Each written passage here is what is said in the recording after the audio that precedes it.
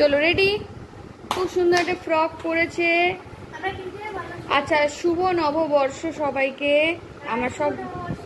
আমার সব ভিউয়ার্সদেরকে শুভ নববর্ষ। সোনামা শুভ নববর্ষ। আর আমার ভিউয়ার্সদেরকে বলে দাও শুভ নববর্ষ। এই শুভ নববর্ষ।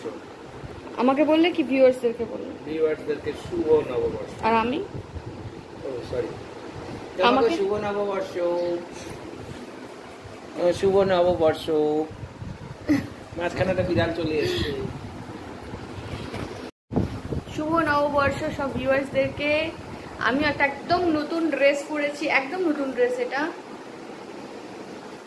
আমার মোটামুটি সব ড্রেসই নতুনই থাকে, যতগুলো নিয়ে এসেছি।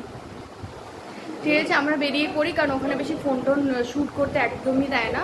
কিন্তু হ্যাঁ, দুপুরে যাচ্ছে, কিন্তু তেমন রোদ লাগে না ওখানে, পুরো প্রচুর গাছপালা। কিন্তু দুঃখিত, শ্যুট করতে পারবো না। পুরো সোনার টেম্পল, এত সুন্দর, প্রচণ্ড সুন্দর দেখতে হয় গোল্ডেন টেম্পলটা। হ্যাঁ, আমি যখনই আসি আমার একবার ঘুরে আসতে ভালো লাগে। এবার আমরা সকাল মোটামুটি ধরে নাও 10:30 11টা নাগাদ বেরিয়ে গেছিলাম অটোতে। কারণ অটোতে কি হয়, অলির বমি হয় না, আর যদি ওর কারে যায় তো ওর ভমিটিং টেন্ডেন্সি হয় লং ডিস্টেন্সে। তো যেখানে অটো অ্যাভেলেবেল থাকে আমরা সেটা মানে করে নিই। আর সাউথের গরমটা কীরকম বলো তো, আমাদের কলকাতার মতন এত মানে ওই ঘাম টাইপের গরম নয়। ওখানে গরমটা কিন্তু সহ্য করা যায়, মানে অত গরম নয়। এমনি রুমের ভেতরে তো ধরো হোটেল রুমের ভেতরে এসি ছিল, কোনো অসুবিধা নেই। এসি না থাকলেও রুমগুলো খুব ঠান্ডা।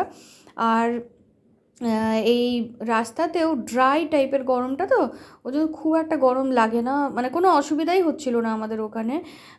তো যাই হোক, রাস্তাটা দেখতে পাচ্ছ খুব সুন্দর। এটা আমরা যাচ্ছিলাম ওই টিপু সুলতানের যে ফোর্ট আছে, আগের দিন তোমার সাথে সেই ব্লগটা শেয়ার করেছি, যেখানে তোমার টিপু সুলতান মারা গেছিলেন ওখানেই যুদ্ধে ইংরেজদের সাথে। তো সেখান থেকে আমরা সেই রাস্তাটা ক্রস করছি। রাস্তাঘাট এখানে খুবই ভালো, কোথাও তুমি ওই আমাদের ওখানকার মতন এরকম গাড্ডা ভাঙা পাবে না। ওই জন্য এখানে প্রচণ্ড স্পিডে এরা গাড়ি চালায়, স্পিড মানে অসম্ভব স্পিড। একবার আমরা এখানে একটা স্কুটি অ্যাক্সিডেন্ট দেখেছিলাম, মেয়েটা পুরো উড়ে চলে গেছিলো, এমন মানে সবাই এত স্পিডে চালায়, মানে অটো টোটো কার গাড়ি স্কুটি বাইক প্রচণ্ড স্পিডে যায়। আর আগে গিয়ে তোমরা খুব সুন্দর একটা পাহাড় দেখতে পারবে। মানে এখানে প্রচুর পাহাড় আছে, যেগুলো একটা যে স্নেক পাহাড়। একবার ছোটোবেলাতে বাবা মায়ের সাথে আমরা গেছিলাম, মানে মায়ের যখন হার্টের অপারেশন হয়েছিল ওখানে, তখন আমরা গেছিলাম, তো 2-3 মাস ছিলাম। এবারে ওখানে গিয়ে আমরা গেছি একটা পাহাড়ের উদ্দেশ্যে। এবারে হাঁটছি বাবা মা আমি সবাই হাঁটতে হাঁটতে যখন একদম পাহাড়ের ক্লোজে চলে গেছি আমরা, প্রায় 1 ঘন্টা হাঁটার পর, তখন ওরা বলছে যে এই পাহাড়ে তো ওঠাটা ঠিক হবে না। মানে যারা ওর নিচে থাকে, পাহাড়ের নিচে যারা বাড়ি টাড়ি থাকে, বলছে ওটা প্রচুর নাকি সাপ থাকে, স্নেক, মানে ওটা পাহাড়। আর ওখানে একটা টেম্পলও আছে, কিন্তু ওরা মানে পুরোহিত যে যায় সে দিনের বেলা ছাড়া যায় না এরকম।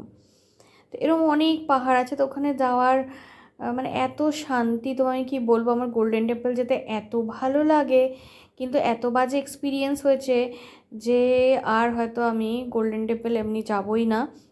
এইবারে যা এক্সপিরিয়েন্স হচ্ছে, ভীষণ বাজে একটা এক্সপিরিয়েন্স, সেটা তোমাদের সাথে শেয়ার করছি। হ্যাঁ, যদি খুব মনে হয় যদি সত্যিই মা লক্ষ্মীর টানে ওইদিকে, তবেই গোল্ডেন টেম্পল আমি যাব। আদারওয়াইজ আমরা সাউথ গেলে চেষ্টা করব অ্যাভয়েড করার। তবে ওখানে খুব শান্তি লাগতো আগে যখন যেতাম গোল্ডেন টেম্পলে। প্রথম কথা, তুমি যখন ঢুকবে, ঢোকার সময় এন্ট্রি ফিজ নেবে, আর বাইরের চটি আর তোমার মোবাইল ফোন এগুলো ওরা নিয়ে নেয়। হ্যাঁ, একদম সেফটিভাবে রাখে, কোনো ভয়ের কোনো কারণ নেই। এবার নিয়ে নেওয়ার পরে তুমি ভেতরে যেতে লাগলে, অনেকটা দূরে কিন্তু গোল্ডেন টেম্পলটা, তোমায় ঘুরে ঘুরে যেতে হবে। তো যাদের পায়ের সমস্যা তারা যেতে পারবে না। আর অল ওভার তুমি যদি দেখো, তুমি যদি ধীরে সুস্থে হেঁটে হেঁটে যাও ভেতরে মন্দিরে, জাস্ট তুমি 2-4 মিনিট দাঁড়ালে, বেশিক্ষণ ওরা দাঁড়াতে দেয় না। কিন্তু টেম্পলটা খুব সুন্দর, পুরো সোনার একদম চকচকে, তুমি দূর থেকেই দেখতে পাবে যখন হেঁটে হেঁটে যাবে। আর দুদিকে যে হাঁটার পথটা, দুদিকে প্রচুর গাছ, আর পুরো ঠান্ডা ধরনের যে স্টোন দেওয়া আছে না, পুরো ঠান্ডা। মনে হয় তলা দিয়ে হয়তো জলের ওরা কোনো পাইপলাইন করেছে, যেটার জন্য পুরো ঠান্ডা, পায়ে তোমার মানে গরম লাগবে না এত গরমের মধ্যেও। তো সেই জন্যই আমি যেতে চেয়েছিলাম, কিন্তু এইবারে গিয়ে দিনটা মানে খুবই ভালো কেটেছে, কারণ আমি বানিয়েছি ভালো, খারাপ দিনকে আমি ভালো বানিয়েছি। কিন্তু অ্যাকচুয়ালি ওখানে গিয়ে এক্সপিরিয়েন্সটা ভীষণই বাজে হলো। কি এক্সপিরিয়েন্স হলো চলো তোমাদের সাথে শেয়ার করি। সেটা হচ্ছে, প্রথমে তো পৌঁছালাম টেম্পলে,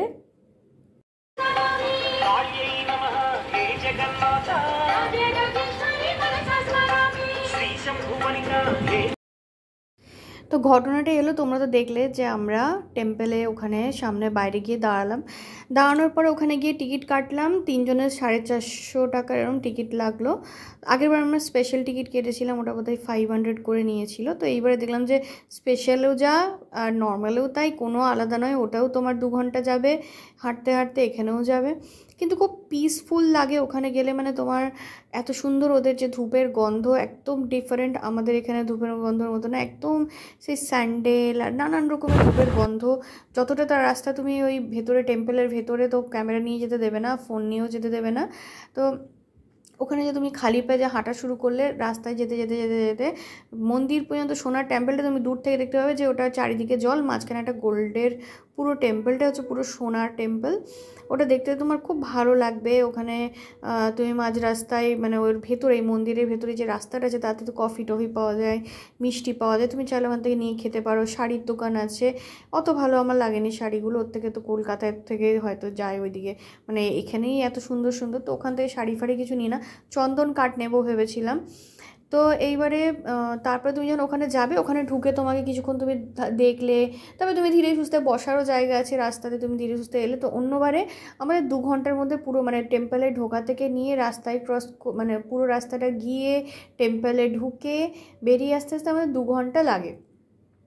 তো এবারে যখন টেম্পলে গেলাম, গিয়ে প্রথমে ওরা যে টিকিট কাটলো, বুয়াই বললো যে শোনো নর্মালও যায়, এ তো একই তো দেখেছিলাম, আগেরবার আমরা শুধু অত দাম দিয়ে টিকিট কেটেছিলাম, এবারে নর্মাল টিকিট কাটি। তো নর্মাল টিকিট হচ্ছে 150 টাকা করে, 3 জনের 450 টাকা নিল। এদিকে ফোন আর জুতো দিতে যা কিছু টাকা লাগলো।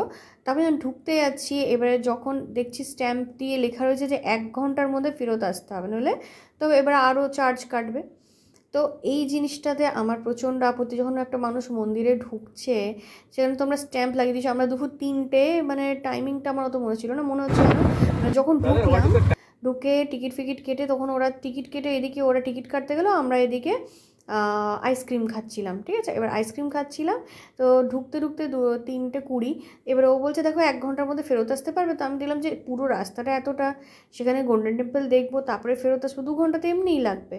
দিয়ে যা হোক, তবু একটু মুডটা অফ হলো যে তাড়াহুড়ো করে আসে। এবারে কী হয়, যাদের পায়ের সমস্যা তারা পারবে না, একটু পিসফুলি যে ওখানে একটু বসবো, হ্যাঁ এই যে টিকিট কাটছি গিয়ে বসবো, একটা মানুষ তো স্থিরভাবে, মন্দিরে তো একটু বসতে চায় মানুষ, ঠাকুরের কাছে ওরা দাঁড়াতে দেয় না, 1 মিনিটও দাঁড়াতে দেবে না। আগেরবারে স্পেশাল টিকিট ছিল বলে 1 মিনিট বসতে দিয়েছিল ভেতরে, কিন্তু নর্মালি দাঁড়াতে দেবে না, ওই স্পিডে তোমাকে চলে যেতে হবে। এবারে যে রাস্তা দিয়ে আসছি টেম্পলের বাইরে, ওটা খুব সুন্দর, আমার খুব ভালো লাগতো, অনেক গাছ, অনেক পাখি, অনেক সুন্দর জায়গাটা। তো ধীরে ধীরে হেঁটে হেঁটে আসতাম। ও মা সেটাও বলে কিনা তাড়াহুড়ো করে আসতে হবে তোমাকে 1 ঘন্টার মধ্যে, নইলে চার্জ কাটবে। তাও আমি এগিয়ে গেলাম, ঠিক আছে ঠাকুরের এখানে এসেছি, ঠিক আছে দেখবো, তাড়াহুড়ো করে দৌড়ে দৌড়ে যাবো, প্রণাম করবো, চলে আসবো। ও মা ঢুকতে যাচ্ছি, ঢোকার সময় ওরা আটকে দিল, বলছে অলিভিয়াকে যে আমি ফ্রক পরিয়েছি, কত লং ফ্রকটা তোমরা দেখো, হ্যাঁ বলে না ফ্রক পরালে ঢুকতে দেওয়া হবে না।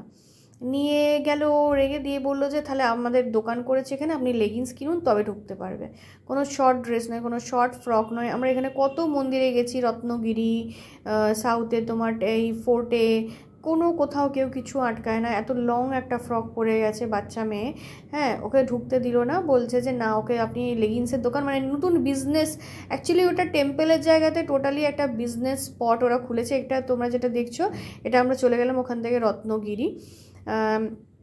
তো ওরা এবারে যখন লেগিংস কিনতে বলছে, আমি বললাম যে 1 ঘন্টার মধ্যে ফেরত আসতে হবে দেখাচ্ছে, বলছে ওটা তো কিছু করার নেই, তাহলে লেগিংস কিনবো, পরাবো, তারপরে আসবো। তারপরে বুবাই গেলো রেগে, বললো আমার মেয়ে যখন এখানে ঢুকতে পারলো না, তো যদি যেতে হয় তো তুমি আর মেয়ে যাও, আমি আর ঢুকবোই না। এইবারে যে ও বললো আমি ঢুকবো না, বললো যদি ফিউচারে খুব মালক্ষী টানে তবেই যাবো, নইলে আমি আর এখানে কোনো দিন আসবো না। এবার ওর যা রাগী মানুষ, ওর সাথে আমি দেখলাম না ও কথাটা ভুল বলছে না, সত্যি ওর মানে ও একটু মানে রাগী টাইপের, হট করে রেগে যায়। আর রাগটা খুব স্বাভাবিক, আমারও খুব মাথা গরম হয়ে গেছিলো শুনে, যে একে তো 1 ঘন্টার মধ্যে ফেরত আসো, তারপরে তোমরা ক্রাইটেরিয়া দিচ্ছ। এই প্রথমে আগেরবারে এসেছিলাম, ও ফ্রক পরে এসেছিলো, কোনো সমস্যা ছিল না, এইবারে এইসব আজে বাজে নিয়ম করে দিয়েছে। তা মাতাম শর্ট ড্রেস, সেটাও না, একটা লং ফ্রক, হ্যাঁ সেটাতে আটকে দিল। তা আমরা, অলিভিয়া বলছে তাহলে কী করবো, পুরো আপসেট তিনজনেই। এবারে না এরা অত বোঝে না, আমাকেই সত্যি কথা বলতে আমাকেই চালাতে হয় সব কিছু। এবার কী করবো, তিনজনেরই খুব মুড অফ। আমি বললাম চলো মুড অফ করবে, চলো রত্নগিরি যায় যদি। যাক তারপরে রাজি হয়ে গেল ওরা, নিয়ে চলে গেলাম ওখানে। এবার ওখানে এখন তো তোমরা যেটা দেখছো রাস্তাতেই আছি। তো এই ব্লগটা না অনেক বড় হয়ে গেছে, দেখো প্রায় 11 মিনিট হতে চললো। সেজন্য আমি পার্ট 2-তে তোমাদের সাথে শেয়ার করব আমার রত্নগিরির এক্সপিরিয়েন্স। ততক্ষণের জন্য টাটা, আবার দেখা হচ্ছে কালকে একটা নতুন ব্লগের সাথে।